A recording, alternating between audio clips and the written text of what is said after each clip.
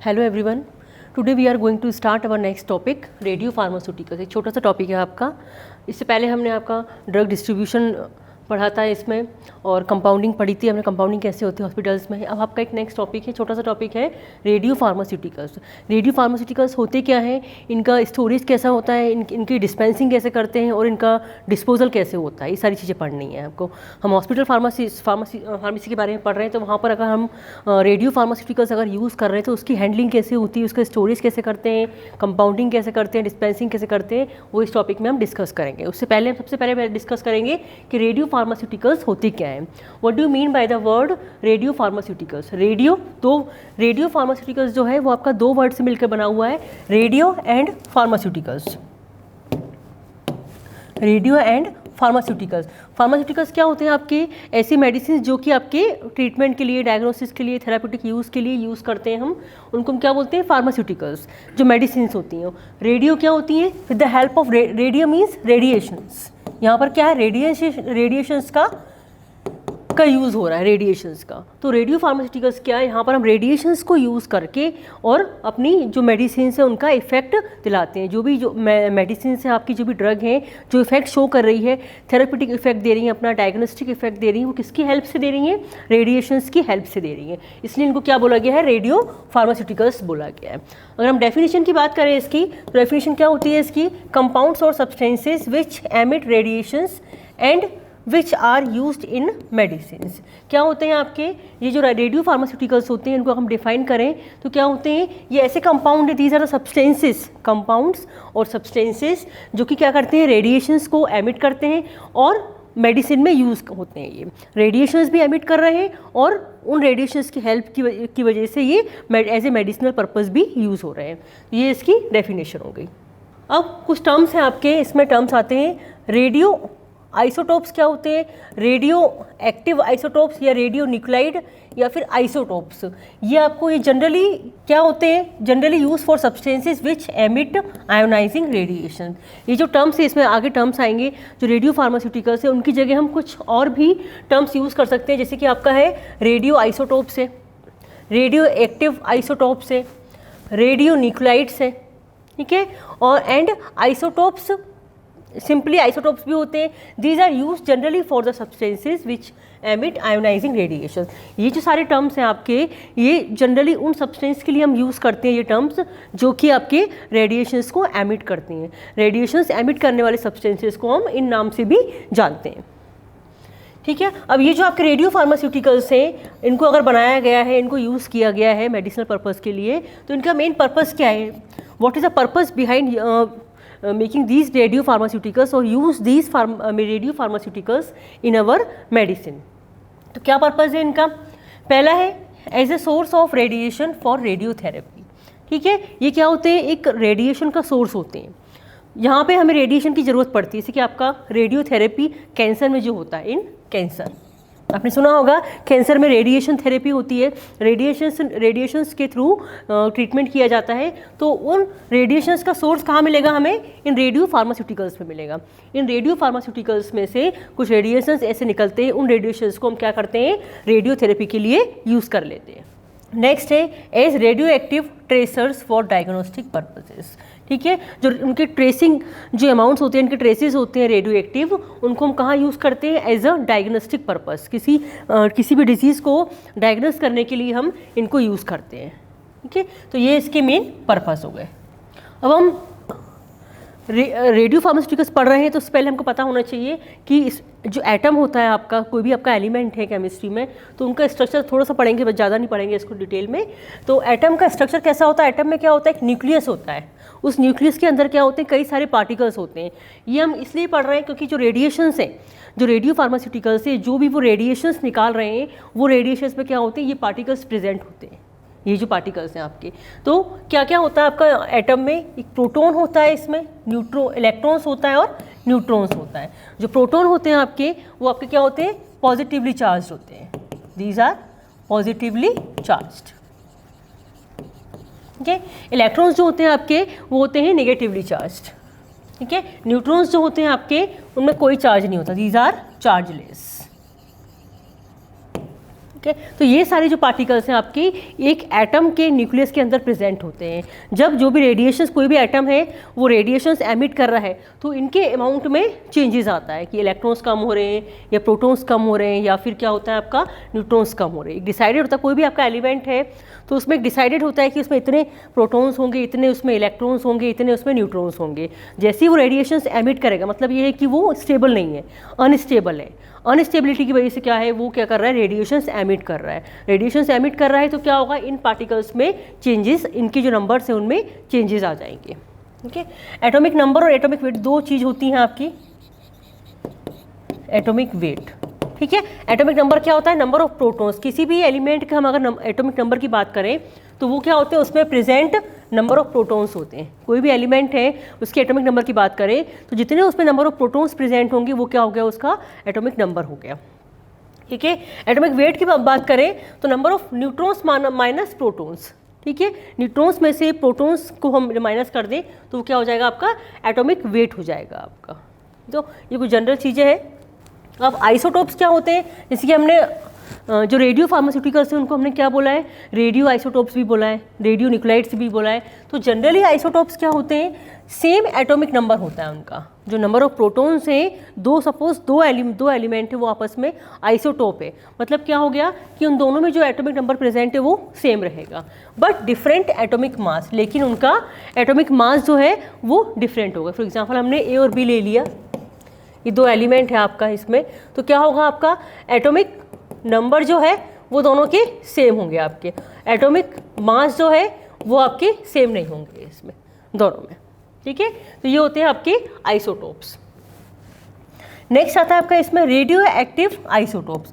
अब हम radiation therapy पढ़ रहे हैं, इसमें रेडियो फार्मास्यूटिकल्स पढ़ रहे हैं। तो रेडियो आइसोटोप्स क्या होते हैं, तो आइसोटोप्स हो गए आपके, these are unstable and emit radiations. ठीक है। यहाँ आपका रेडियो एक्टिव आ गया, मतलब वो कैसे आपके एलिमेंट हो गए जो कि अनस्टेबल है। आपका जो भी एलिमेंट है अनस्टेबल होगा तभी वो रेडिएशंस एमिट करेगा, अदरवाइज वो अगर स्टेबल है तो रेडिएशंस एमिट नहीं करेगा। ठीक है। तो इसमें क्या हो गया, आपका जो रेडियो एक्टिव आइसोटोप्स हैं ये क्या होते हैं, आपके अनस्टेबल होते हैं और क्या करते हैं, ये रेडिएशंस एमिट करते हैं। ठीक है। ये जो फिनोमिनन है, ये प्रोसेस है, तो phenomenon of emitting radiations by these isotopes is called radioactivity. अब ये जो प्रोसेस है या फिर जो फिनोमिनन है, कौन सी प्रोसेस या फिनोमिनन, जिससे कि जो भी आपके आइसोटोप है वो रेडिएशंस एमिट कर रहे हैं, जो आइसोटोप्स हैं जो रेडिएशंस एमिट कर रहे हैं, ये जो पूरी प्रोसेस है या फिर जो फिनोमिनन है, इसको हम क्या बोलते हैं, रेडियो एक्टिविटी बोलते हैं। This is known as a radioactivity and such isotopes are called radioactive isotopes. और ये जो आइसोटोप्स जो रेडिएशंस एमिट कर रहे हैं उन आइसोटोप को हम क्या बोलेंगे, रेडियो एक्टिव आइसोटोप्स बोलेंगे। ठीक है। तो ये कुछ डेफिनेशंस हैं। अब क्या होता है, type of radio nuclides. Radio nuclides होते हैं कितने तरह के होते हैं, आपके नेचुरल भी होते हैं, ये आपकी जो रेडियो न्यूक्लाइड्स है वही आपके रेडियो आइसोटोप्स ही होते हैं। तो ये आपके नेचुरल भी हो सकते हैं, नेचुरली प्रेजेंट होते हैं एटमॉस्फेयर में, और आर्टिफिशियल मीन्स जो न्यूक्लियर रिएक्टर्स, कौन से आपके न्यूक्लियर रिएक्टर्स होते हैं, ये क्या होते हैं आपके न्यूक्लियर रिएक्टर्स। जिन रेडियो न्यूक्लाइड्स को हम जो एटॉमिक जो न्यूक्लियर रिएक्टर्स हैं उनमें अगर हम बना रहे हैं आर्टिफिशियली, उनको हम क्या बोलते हैं, आर्टिफिशियल रेडियो न्यूक्लाइड्स। और नेचुरली जो प्रेजेंट है आपके उनको क्या बोलेंगे हम, नेचुरल रेडियो न्यूक्लाइड्स। ठीक है। अब नेचर ऑफ रेडिएशंस, हमें पता है कि जो आपके रेडियो फार्मास्यूटिकल्स हैं या फिर जो रेडियो आइसोटोप्स हैं वो क्या कर रहे हैं, वो अनस्टेबल है और क्या रेडिएशंस एमिट कर रहे हैं। रेडिएशंस को एमिट कर रहे हैं तो वो जो रेडिएशंस हैं वो कितने तरह के रेडिएशंस हो सकते हैं आपके, या फिर हम जो रेडिएशंस हैं उनका नेचर कैसा होता है। तो ये जो आपके रेडिएशंस हैं ये बेसिकली आपके 3 टाइप के होते हैं। जो रेडिएशंस निकल रहे हैं उनमें एक्चुअल में होता क्या है, alpha particles, may be alpha particles, these radiations emit may be in the form of alpha particles or may be in the form of beta particles or may be in the form of gamma rays. ठीक है, alpha, beta and gamma. ठीक है, इनकी अपनी अपनी कुछ properties होती हैं, इनकी प्रॉपर्टीज़ होती हैं अपनी। जो अल्फा पार्टिकल्स होते हैं उनमें क्या होता है, आपका 2 प्रोटॉन 2 न्यूट्रॉन। ठीक है, सपोज कोई आपका एलिमेंट है, हमें पता है कि कोई भी एलिमेंट है उसके अंदर आपका जो उसका जो एटम है उसके अंदर क्या होगा, आपका प्रोटॉन, इलेक्ट्रॉन और न्यूट्रॉन। अगर उसमें से क्या होगा आपका अल्फा पार्टिकल अगर निकल रहा है तो मतलब क्या है, 2 प्रोटॉन निकल रहे हैं और 2 न्यूट्रॉन उसमें से निकल रहे हैं। ऐसे आपका जो बीटा पार्टिकल्स है, बीटा पार्टिकल्स में क्या होते हैं, सिंपली इलेक्ट्रॉन्स प्रेजेंट होते हैं और इनमें आपका कुछ भी पार्टिकल नहीं होता है। जो गामा रेज है आपकी, सपोज कोई भी एलिमेंट है, अगर वो उसमें से गामा रेडिएशंस निकल रहे हैं मतलब उनकी जो एटॉमिक स्ट्रक्चर है उसमें कोई चेंज नहीं आएगा। ठीक है, तो ये क्यों पढ़ा है हमने यहाँ पे, कोई भी सपोज कोई भी एलिमेंट है आपका, वो अगर रेडियो फार्मास्यूटिकल है, अगर वो मतलब ये है कि वो आपका रेडिएशंस को एमिट कर रहा है, रेडिएशंस में से अगर इनमें से कोई रेडिएशंस को एमिट कर रहा है तो क्या होगा, जो उसका एटम है, जो उसका एटम का न्यूक्लियस है उसमें चेंजेस आएंगे। चेंजेस क्या आएंगे उसमें, जो आपके इलेक्ट्रॉन्स है, प्रोटॉन्स है, न्यूट्रॉन्स प्रेजेंट है, उनके नंबर में चेंजेस आ जाएंगे क्योंकि वो अनस्टेबल है। तो इस तरह से ये आपके रेडिएशंस वहाँ से प्रोड्यूस होते हैं रेडियो फार्मास्यूटिकल्स में से। नेक्स्ट है आपका radio active decay rate and half life of radio pharmaceuticals. अब रेडियो एक्टिव डिके क्या होता है, कोई भी आपका रेडियो फार्मास्यूटिकल है, कोई भी आपका रेडियो फार्मास्यूटिकल्स सब सब्सटेंसेस से कंपाउंड है, तो क्या होता है उसका डिके होता है, वो हमेशा ही एक जैसा नहीं होगा। सपोज कोई भी आपका फार्मास्यूटिकल आपका मेडिसिन बना के रख दिए, वो ऐसा नहीं कि उसकी जो क्वालिटी है वो हमेशा सेम नहीं रहेगी, वो क्या होगा, वो रेडियो एक्टिव डिके हो जाएगा उसमें। वो कुछ टाइम में क्या हो जाएगा, उसका जो कंपोनेंट है उसके अंदर के उसका डिकम्पोजिशन हो जाएगा, तो उसको हम क्या बोलते हैं, रेडियो एक्टिव डिके बोलते हैं। तो जो भी आपके रेडियो फार्मास्यूटिकल्स है उनकी जो क्वालिटी है, उनके अंदर का जो भी आपका कंपोनेंट है उसका डिकम्पोजिशन हो जाता है, उसको हम क्या बोलते हैं, रेडियो एक्टिव डिके बोलते हैं। तो इसको हम अगर डिफाइन करें तो क्या होता है इसमें, the quantity of radio activity, जो भी आपके सब्सटेंसेस है उनमें क्या क्वालिटी होती है, रेडियो एक्टिविटी की, radio activity contained in a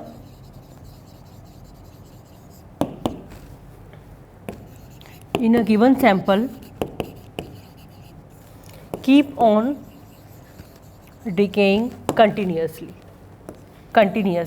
ठीक है, क्या होता है आपका रेडियो एक्टिव डिके, क्या होता है, जो क्वांटिटी है रेडियो एक्टिविटी की, जो रेडियो एक्टिविटी किसी भी रेडियो फार्मास्यूटिकल्स में जो क्वांटिटी होती है रेडियो एक्टिविटी की, वो क्या होता है किसी सैंपल में कीप ऑन डिकेइंग कंटिन्यूअसली, वो कंटिन्यूअसली क्या होता है, डिके होता रहता है, कुछ समय में क्या होगा, वो डिके होता रहेगा, हमेशा सेम नहीं रहेगा, उसे हम क्या बोलते हैं, रेडियो एक्टिव डिके बोलते हैं। अब रेट क्या होता है, अब ये जो डिकम्पोजिशन हो रहा है, जो रेडियो एक्टिव डिके हो रहा है, कोई भी आपका रेडियो फार्मास्यूटिकल है उसका कंपोनेंट क्या हो रहा है, डिकम्पोजिशन हो रहा है, डिके हो रहा है। अब वो किस रेट से हो रहा है, किस स्पीड से हो रहा है, ठीक है, कितने टाइम में कितना डिके हो रहा है, ये क्या होता है, रेट होता है। ठीक है, हाफ लाइफ क्या होता है कि हाफ लाइफ मीन्स कि कितने टाइम में उसका जो डिकम्पोजिशन है वो हाफ हो गया है। ठीक है, जो भी आपका रेडियो फार्मास्यूटिकल है वो कितने टाइम में उसका जो कंपोनेंट है, जो उसका कंपोजिशन है वो हाफ हो गया है, उसे हम क्या बोलते हैं, half life of radio pharmaceutical. तो radio active decay rate and half life of radio pharmaceuticals ये डिसाइडेड होते हैं, अलग अलग रेडियो एक्टिव एलिमेंट के लिए अलग अलग होते हैं ये। जैसे हम इसमें एक एग्जांपल ले लें, सपोज ये आपका है, इसमें एक फेरिक सिट्रेट सॉल्यूशन, इसका जो हाफ लाइफ होता है वो क्या होता है, 45 डेज, मतलब ये 45 डेज में क्या होता है, आधा डिकम्पोज हो जाता है। ठीक है, ये कुछ टर्म्स इससे रिलेटेड। नेक्स्ट आता है इसमें आपका डिस्पेंसिंग क्या होता है आपका, the dispensing must ensure traceability to the original multidose vial.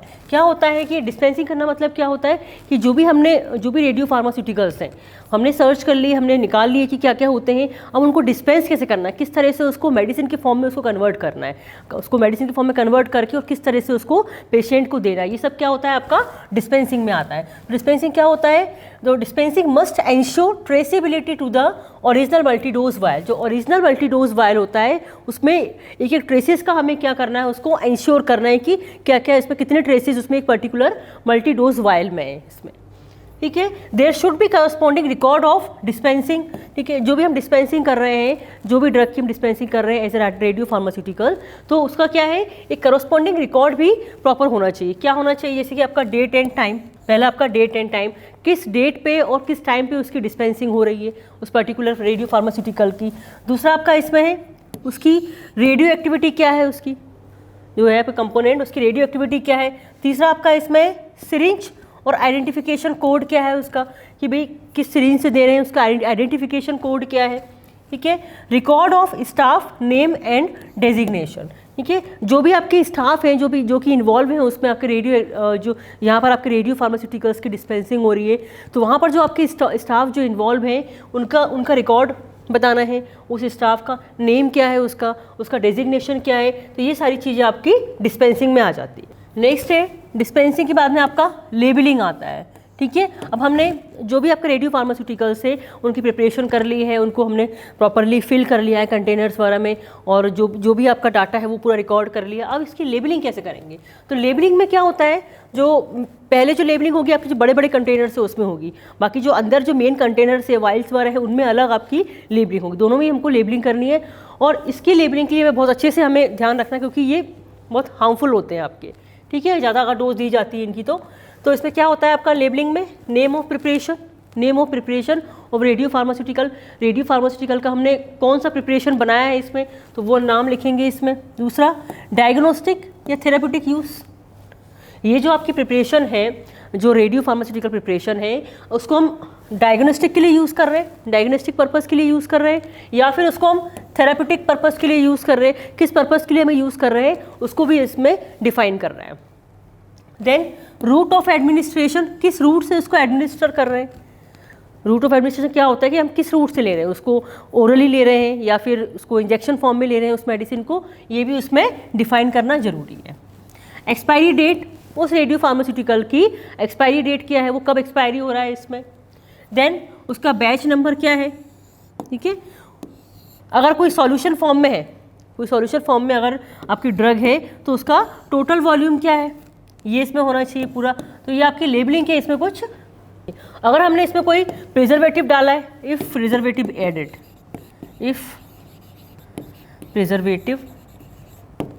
Added, अगर इसमें हमने कोई प्रिजर्वेटिव अगर हमने डाला है तो उसको भी हमें डिफाइन करना है, उसका नाम भी हमें डिफाइन करना है। So should be defined. ठीक है, हमें ये सारी इसमें इंफॉर्मेशन जब हम लेबलिंग कर रहे हैं, आफ्टर डिस्पेंसिंग हम लेबलिंग करेंगे उसके कंटेनर्स को, और ये जो लेबलिंग के आपके सारे जो है वो आपके जो मेन कंटेनर्स है उसमें तो होने ही चाहिए, और जिसमें जो छोटे कंटेनर्स है मल्टी डोज वायल्स वाला है, आपके एम्पूल्स वाला है, तो उनमें भी आपके ये सारे इसमें होनी चाहिए कि क्या क्या होता है। नेक्स्ट है आपका स्टोरेज एंड हैंडलिंग। अब ये जो आपके रेडियो फार्मास्यूटिकल्स हैं इनका स्टोरेज और हैंडलिंग भी बहुत इंपॉर्टेंट है, क्योंकि ये आपके बहुत ज़्यादा टॉक्सिक होते हैं, बहुत हार्मफुल होते हैं आपके। अगर इनको जो प्रॉपर डोज इनकी डिसाइडेड है, उस डोज से अगर ज़्यादा आपकी बॉडी में चला गया तो आपकी बॉडी को ये हार्म कर सकते हैं।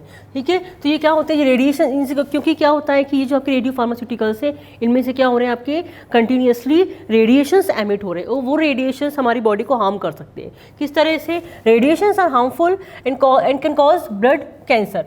सबसे ज़्यादा जो होता है आपका जो रेडिएशंस होते हैं वो ब्लड कैंसर कॉज करते हैं। तो क्या करते हैं, जो पर्सन है they must use the lead shielding. जो पर्सन इनको हैंडल कर रहे हैं, इनको स्टोर करके रख रहे हैं, इनके कांटेक्ट में हैं, उनको क्या करना चाहिए, लेड की बनी शील्डिंग क्लॉथ्स वाला यूज़ करनी चाहिए। ठीक है, never be touched with the hand. ठीक है, जो आपके नेक्ड हैंड है उनसे कभी भी टच नहीं करना है इनको, हमेशा कुछ इंस्ट्रूमेंट की हेल्प से या ग्लव्स की हेल्प से, मास्क वगैरह प्रॉपर लगा के इनको हैंडल करना है। Smoking, drinking, eating habit should not be carried out in those area. ये जो आपके यहाँ पर जो आपका पर्टिकुलर मैन्युफैक्चरिंग एरिया है, यहाँ पर आपके रेडियो फार्मास्यूटिकल्स की स्टोरेज की जा रही है या फिर उनकी डिस्पेंसिंग की जा रही है, तो वहाँ पर क्या है, आपकी स्मोकिंग, ड्रिंकिंग और ईटिंग हैबिट नहीं होनी चाहिए, क्योंकि ये जो हैबिट अगर वहाँ पे करेंगे तो उसके थ्रू क्या होगा, जो भी रेडिएशंस वहाँ से जो एमिट हो रहे हैं वो आपकी बॉडी में एंटर कर जाएंगे। Material should be label. जो आपके रेडियो फार्मास्यूटिकल्स के जो मटेरियल्स होते हैं, रॉ मटेरियल्स वगैरह होते हैं, तो उनको भी प्रॉपरली लेबल्ड होना चाहिए कि ये आपके रेडिएशंस एमिट कर रहे हैं या फिर ये आपके टॉक्सिक हैं। ठीक है, the area should be monitored. जो भी वहाँ का जो एरिया है, जो डिसाइडेड एरिया है, यहाँ पर आपकी जो प्रॉपर आपकी ये बनाई जा रही है, उस एरिया की प्रॉपरली मॉनिटरिंग होनी चाहिए time to time. Sufficient protective clothing, जो वहाँ के जो पर्सनल है जो उनको हैंडल कर रहे हैं उन सारे सब्सटेंसेस को, वो जो पर्सन्स हैं आपके उनको सफिशिएंट प्रोटेक्टिव क्लॉथिंग लेनी चाहिए, जिससे कि रेडिएशन उनकी बॉडी में एंटर ना हो सके। ठीक है, अब उनको स्टोरेज करेंगे, पता है हमको कि भाई हार्मफुल होते हैं, so they should be stored in the well close container. जब वो पूरे आपके डिस्पेंसिंग हो जाए उसके बाद में एक वेल क्लोज कंटेनर में उसको क्लोज करके रखना है। This should be the glass container.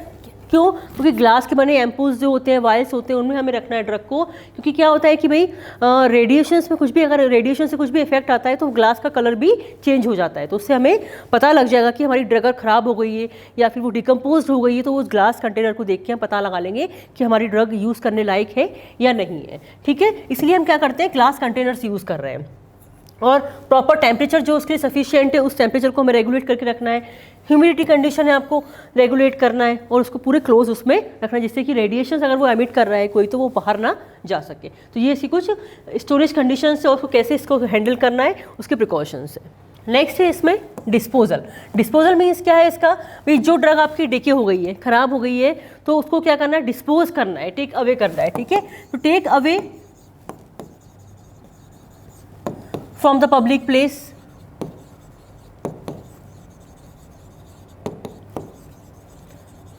ठीक है, तो क्या हो गया, डिस्पोजल में क्या करना है कि जो ड्रग हमारी ख़राब हो गई या फिर जो यूज़ में नहीं आ रही, उसकी एक्सपायरी होने वाली है, उस ड्रग को क्या करना है, उस पब्लिक प्लेस से, वहाँ से, या फिर जो यूज़ की जगह है वहाँ से उसको हटा देना है। और डिस्पोज कैसे करना है इसको, कहीं जो भी इसका जो प्रॉपर एरिया है, वो एरिया यूज़ में नहीं आ रहा है, उसको वहाँ डिस्पोज करना है। जो इसकी सिरिंजेस वगैरह होती हैं, वॉटेवर हम जो उसकी सिरिंजेस यूज़ कर रहे हैं, इसकी सिरिंजेस यूज़ कर रहे हैं हम इसमें, ठीक है, या नीडल्स वगैरह जो यूज़ कर रहे हैं हम इन ड्रग्स को रेडियो फार्मास्यूटिकल्स को देने के लिए, इनको क्या करेंगे, प्रॉपरली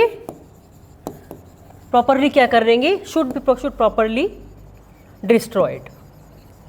ठीक है, इनको जो सिरिंज डिस्ट्रॉयर आता है उसमें क्या करते हैं, नीडल्स को, सिरिंज को क्या करते हैं, प्रॉपरली डिस्ट्रॉयड कर देते हैं। और जो इनके बचे हुए जो एम्प्टी वायल्स वगैरह होते हैं, एम्प्टी वायल्स होते हैं, ठीक है, या फिर इसके एम्पूल्स वगैरह जो होते हैं, इसको भी क्या कर लेंगे, हम डिस्ट्रॉयड कर देंगे। तो जो भी आपके जितनी भी जो भी कंटेनर्स वगैरह हैं जिनमें हम रेडियो फार्मास्यूटिकल्स यूज़ कर रहे हैं, उसको प्रॉपरली डिस्पोज करना बहुत ज़रूरी है।